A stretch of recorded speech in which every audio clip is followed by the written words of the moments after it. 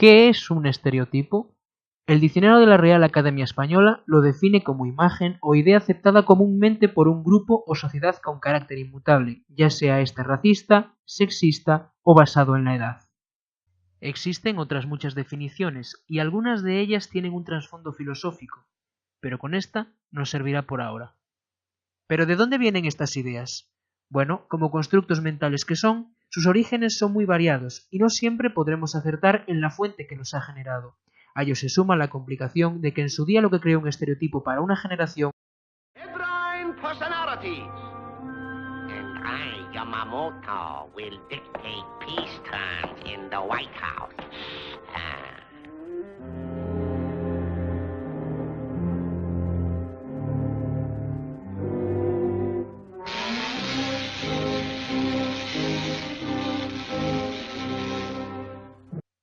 tenga un origen o un significado completamente distinto para las que vienen después de ella.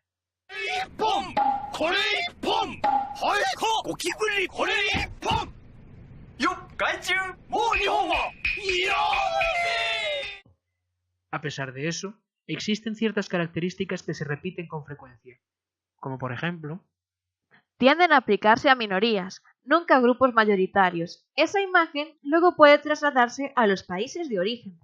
Usar un rasgo o atributo peculiar y diferenciador en el físico de esa persona o grupo de personas. En el caso de que ese rasgo sea psicológico, como el ejemplo, la agresividad, se sobreentiende que carece del opuesto, como el cariño o la empatía. Asociar comportamientos o actitudes estereotípicos a un grupo o a un individuo, dando a entender que es algo que solo hacen ellos y todos los individuos que conformen ese grupo, sin excepción. Igualmente, las vías que utilizan la mayoría de ellos para crearse o pervivir son muy evidentes. Podemos diferenciar dos grandes fuentes: la experiencia personal por un lado y el aprendizaje por otro. En el primer caso, el humano, como continuo receptor de información que es, tiende a aplicar a un grupo étnico o racial que le es desconocido el comportamiento que observa en un miembro por separado. De esta manera, a los irlandeses llegados en el siglo XX a Estados Unidos se les aplicó de forma sistemática la imagen de borrachos y agresivos criminales, debido a la actividad de bandas mafiosas compuestas por irlandeses. Es lo que llamamos correlación ilusoria.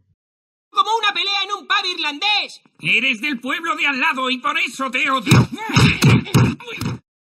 Por otro lado, los roles sociales que juegue determinado grupo contribuyen de igual manera a generar ciertos estereotipos. Los judíos, por ejemplo, casi limitados a la actividad bancaria, acabaron por recibir la imagen de ser unos usureros avariciosos.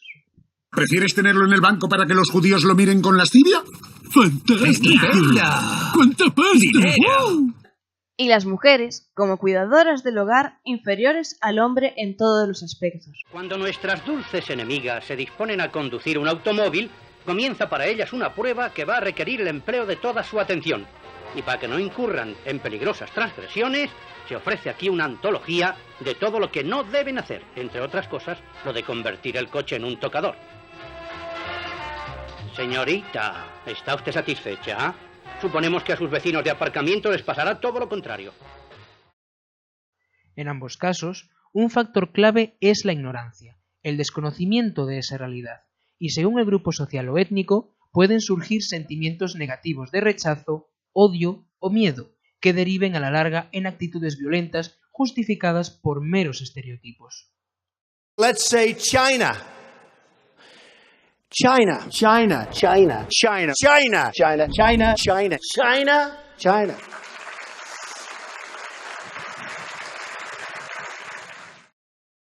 En el otro lado, el aprendizaje o la formación de una persona contribuyen a crear o mantener estereotipos, ya sea por la información que recibe durante la educación de los padres o los profesores. No tiene por qué ser siempre un mensaje de odio, sino que puede manifestarse en forma de burla hacia otros grupos. Los medios de comunicación o el entretenimiento también participan en la creación de estos estereotipos. Así, cuando una persona de Europa del Oeste piensa en cómo debe ser Europa del Este, la imagen que se le viene a la mente es tal que así.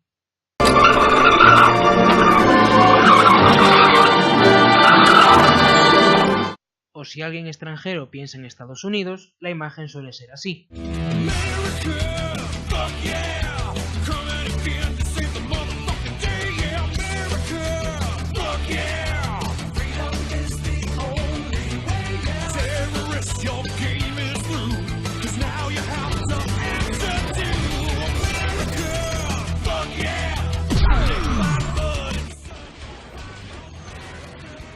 Creo que pilláis la idea. Pero hoy no vamos a hablar ni de Norteamérica, ni de Europa, ni de Asia. Nos vamos a centrar en el centro y sur de América. Desde que en 1492 se descubriera América, ¡Tierra! el Nuevo Mundo estuvo sujeto a numerosos dominios de potencias coloniales. El sur y el centro de América no es una excepción, y cada una de esas potencias irán aportando su influencia cultural, económica y política sobre un substrato indígena mejor o peor conservado, contribuyendo en la incomprensión de ese territorio nuevo la asociación de características muy generales a realidades muy complejas. Un ejemplo claro es el concepto del dorado. Los españoles entendieron que dada la existencia de tribus indígenas que poseían en abundancia este metal, todas las demás eran iguales o incluso mejores en riqueza. No deja de ser la aplicación de un ejemplo particular a toda una población por el mero desconocimiento.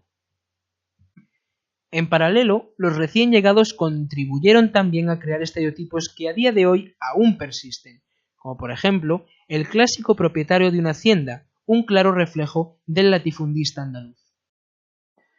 A día de hoy, esta realidad persiste y como consecuencia de un mundo globalizado que transfiere ideas de unos países a otros con mayor facilidad, resulta más fácil caer en los estereotipos que establecen potencias culturales hegemónicas, como Estados Unidos, que con su altamente consumido cine y series ha contribuido a perfilar una imagen muy clara y estereotípica de México, su realidad latinoamericana más cercana.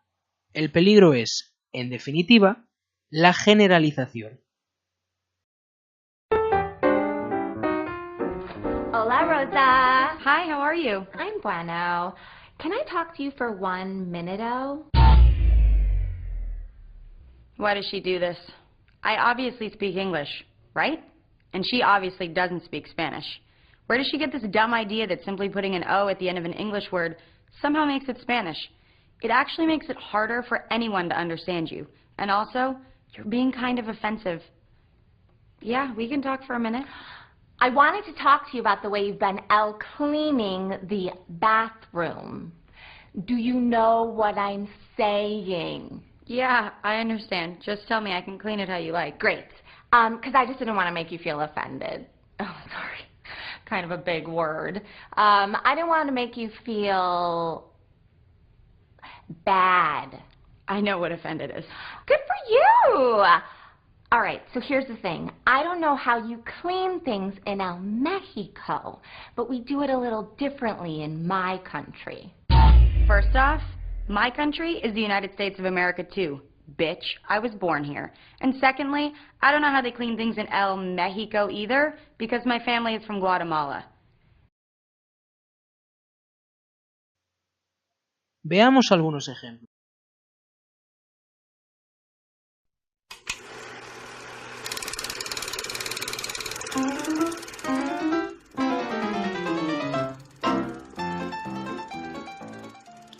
A diferencia del modelo social uniforme que deriva de una colonización anglosajona, el caso latinoamericano es todo lo contrario, resultando en un mosaico de países muy complejo en la lengua, la cultura, la identidad, la religión, etc. Por ejemplo, los hispanohablantes representan solo un 60% de su población, y el español que se puede hablar en Chile es muy diferente al de Perú. Por otro lado, tenemos más dialectos y lenguas, porque el español y el portugués no son los únicos idiomas. Muchos de sus habitantes tienen como lengua materna el quechua, el guaraní, el criollo haitiano e incluso el holandés. Algo parecido sucede con el ecosistema.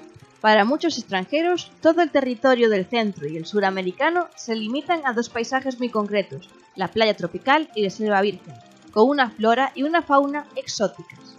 La única excepción a esta regla es el desierto mexicano, La clave para que este estereotipo funcione es el desconocimiento de la realidad particular de cada país y el intento de trasladar una imagen norteamericana de homogeneidad al sur y al centro de América.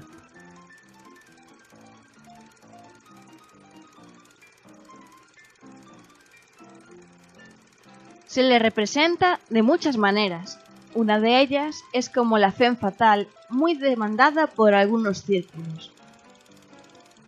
La mujer histérica y rabiosa, o ama de hogar muy eficiente. No, yo sigo trabajando. Tenga, $40 si se va ahora mismo. No, yo me quedo. De trasfondo a todo esto están los preceptos machistas y las concepciones heredadas por los productos clásicos del cine western, las telenovelas, las sitcoms, etc. En este sentido, cabe señalar que el ámbito latinoamericano tiende a ser reflejado como una cuna de machistas, y si bien esto refleja hasta cierto punto la realidad, la exageración que hace sobre todo el humor ridiculiza la situación y banaliza el problema.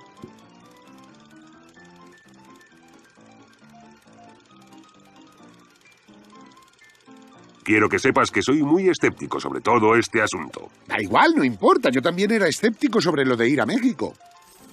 Solo he dado un paso fuera del complejo. Otro punto en el que la América Latina suele recibir muy mala fama es en lo peligrosa y violenta que es, en especial por el narcotráfico. ¿Qué elige? ¿Plata o plomo? Sin embargo, a pesar de lo que las series de televisión y otros medios de comunicación pretendan reflejar, lo cierto es que los datos nos dicen lo contrario. Por ejemplo, la tasa de homicidios en Detroit asciende a 54,58 personas por cada 100.000 habitantes, mientras que en Ciudad de México solo llega a 22 asesinatos por cada 100.000 habitantes. Esto no quiere decir que América Latina sea una cuna de tranquilidad, sino que la exageración hecha desde los medios de comunicación extranjeros han exacerbado y banalizado una situación seria para una gran parte de los países que componen Latinoamérica. Ejemplos de esta concepción son personajes de la ficción asociados a las drogas, como por ejemplo Tony Montana en Scarface, un cubano violento y drogadicto, o Gustavo Fring, un venezolano que dirige la distribución de metanfetamina producida por el cártel mexicano en Breaking Bad. La imagen del narcotráfico, ya sea de los cárteles mexicanos, colombianos o venezolanos, se basa en la exportación de droga al mundo y de la que surgen maquinaciones, violencia extrema, etc., con tal de proteger el negocio.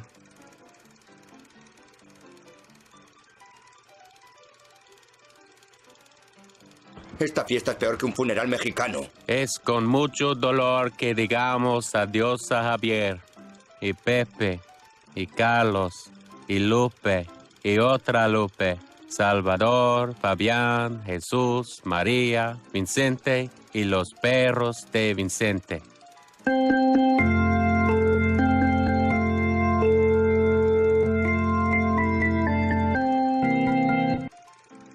Una de las concepciones que existen sobre las familias latinoamericanas desde Estados Unidos como desde otros países es que tienden a una familia compleja y muy numerosa, en la que varias generaciones habitan bajo el mismo techo. Por otro lado, para las familias emigradas, esa imagen cambia, en favor de una en la que la madre, muchas veces soltera o divorciada, desempeña numerosos trabajos para poder sostener a todos sus hijos. El modelo poblacional actual, sin embargo, demuestra trazas de cambio. El progreso económico y las mejores condiciones de vida han conllevado una paulatina modificación del ámbito familiar, tanto en su modelo como en el número, a excepción de Colombia y Ecuador. Así pues, la imagen que queda a día de hoy es un remanente exagerado de ese pasado. A lo largo y ancho de Latinoamérica nos encontramos con una cultura musical muy rica en la que se incluyen los bailes, las canciones, los instrumentos, los trajes, etc., lo cual ha llevado a crear distintos estereotipos sobre la relación del baile con los latinoamericanos. Por ejemplo, el que todos los latinoamericanos bailan o saben bailar bien, sin importar el estilo de danza, desde los cantantes o los bailarines de tango encumbrados por Gardel hasta la salsa, el merengue, la bachata u otros. Un latinoamericano se podría defender con cualquiera de ellos.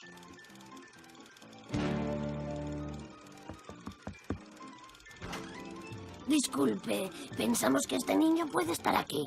Oiga, esta es una escuela de samba, no objetos perdidos. Nos inventamos la lambada y el macarena. Ahora estamos trabajando en un baile con més gancho, la penetrada. A su lado un polvo parece una misa.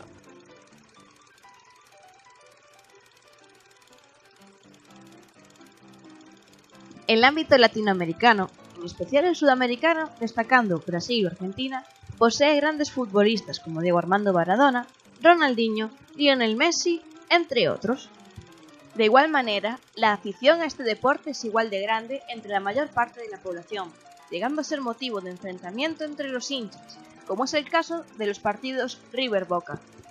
En el estereotipo, los latinoamericanos son grandes jugadores de fútbol, a la vez que unos exageradamente apasionados seguidores de este deporte. There's a lot of soccer here. ¡Gol!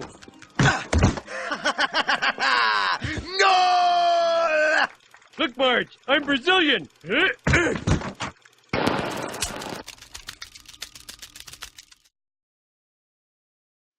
A pesar de estos estereotipos a nivel general, nos encontramos con una amplia cantidad en cada país por separado.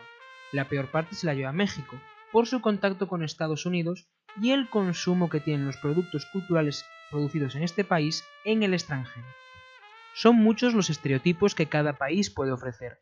La lista se podría hacer interminable si quisiéramos enumerarlos todos, de modo que para concluir, veamos el origen de algunos de los estereotipos más famosos.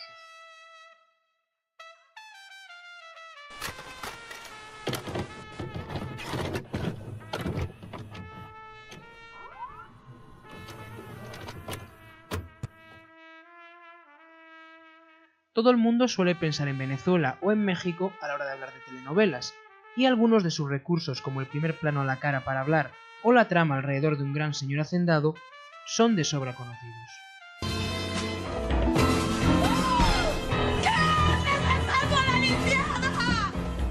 Sin embargo, la telenovela como tal se concibe por primera vez en Cuba, en la que las trabajadoras de las fábricas de tabaco, dedicadas por completo a liar puros y habanos, contaban con un lector que les narraba historias, poesías o noticias para poder pasar el rato.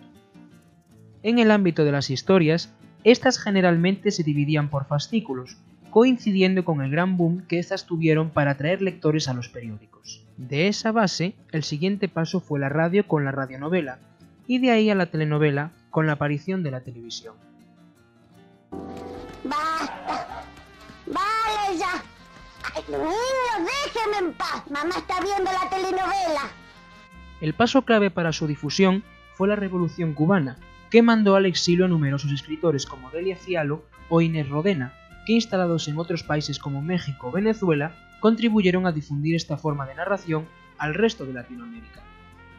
La fórmula se mantuvo desde ese origen de historias por fascículos, y la prueba de ello es la tendencia a dejar al espectador con una cuestión abierta para que regrese a la semana siguiente, lo que hoy podemos conocer como cliffhanger.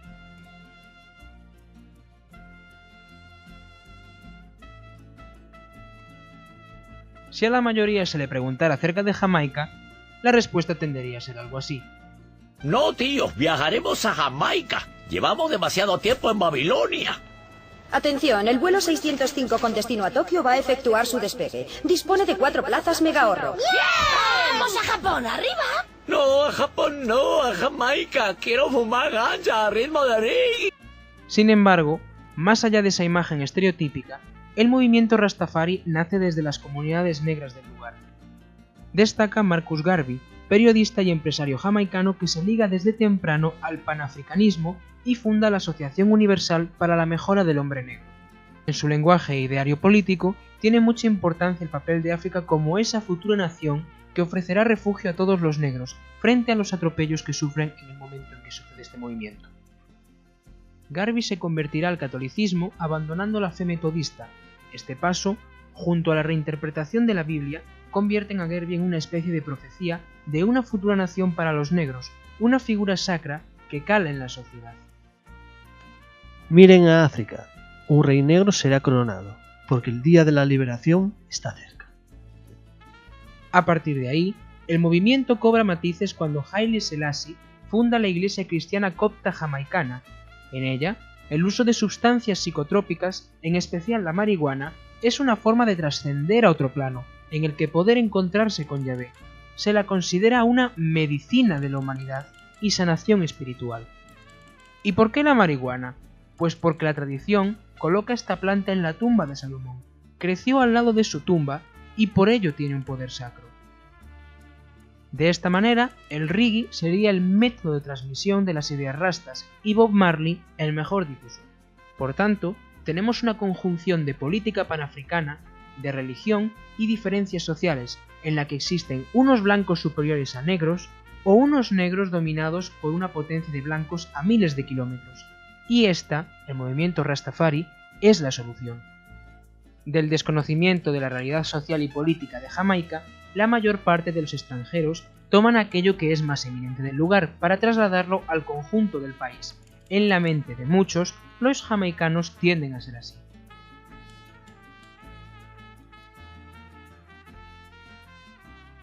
Para el hombre latinoamericano se presenta un referente físico muy delimitado. Gente baja, de apariencia ruda, peludos, morenos y con bigote. Un hombre que jamás llora, fuerte y valiente. Es una muestra de una cultura machista latina. El macho. ¿Qué? Pero no puede ser. ¿Qué no puede ser? Ese tipo es igualito que un villano que se llamaba el macho, de hace unos 20 años.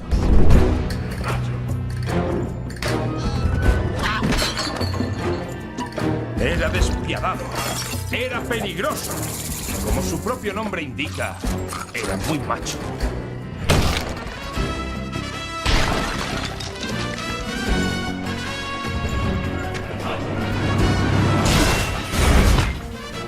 Tenía reputación de cometer los atracos usando solo sus manos desnudas. Pero por desgracia, como todos los grandes, el macho desapareció demasiado pronto. Murió haciendo la mayor machada del mundo. A lomos de un tiburón con 100 kilos de dinamita pegados al pecho, lanzándose hacia un volcán activo. ¡Fue glorioso! El ejemplo mexicano es el más representativo, y un elemento esencial es el bigote, considerado a través de la historia como un símbolo de virilidad, pero también de clase, sabiduría, autoridad o poder según el momento y la sociedad donde se le ubique. Estuvo de moda siglos atrás en los ejércitos de numerosas naciones, con gran variedad de estilo. En general, los hombres jóvenes y los grados inferiores llevaban pequeños y menos elaborados bigotes. Los oficiales de alta graduación y los veteranos portaban espesos mostachos. En el caso mexicano, el hacendado, el político y en general cualquier hombre con un cargo importante tiende a llevarlo como un reflejo de esta idea de poder. Si bien es cierto que no es una regla inmutable, los hay que llevan bigote y los hay que no. Los padres de las naciones americanas, por ejemplo, no lucían este atributo. A día de hoy, esta imagen está siendo ampliamente revisada, de tal manera que el macho mexicano se convierte en un bravucón irresponsable que siempre busca evadirse de los problemas de la vida queriendo permanecer en una infancia permanente, compensando su cobardía con una fachada de hombría en la que el alcohol, la violencia, la televisión y las parrandas son sus juguetes y a la vez su refugio de la realidad. Es decir, el estereotipo de macho mexicano, revisado por los cánones actuales, recibe una severa crítica que coincide con la ola de reivindicación hacia la violencia contra la mujer en estos países. Se suele creer que es todo Brasil el que celebra el carnaval, usando como ejemplo para todo el país la imagen del Sambódromo de Río. Sin embargo, la realidad nos prueba que es una situación distinta en cada zona. Su origen lo rastreamos en la Roma clásica, en la fiesta pagana que recibía la primavera. El Renacimiento la recuperaría y gracias a la colonización llegó a Brasil desde Europa, situación que se repitió en otros países americanos, con la peculiaridad de que Brasil recibiría una gran influencia de la cultura indígena y africana. El carnaval más representativo y el que siempre se tiene en mente es el de Río de Janeiro. con su sambódromo vistoso, fiestas, mujeres ligeras de ropa y mucha samba, hasta el punto de ser toda la celebración una gran competición entre las distintas escuelas de la zona. Cada escuela tiene un tema diferente y en muchos casos de gran profundidad, siendo algo más que una mera muestra de color y alegría para los sentidos. Sin embargo, como ya se ha dicho, no es una realidad que se repite en todo el país. Por ejemplo, el Carnaval de Salvador de Bahía se celebra saliendo a la calle a bailar y vivir el carnaval, como pudiera ser el Carnaval gallego.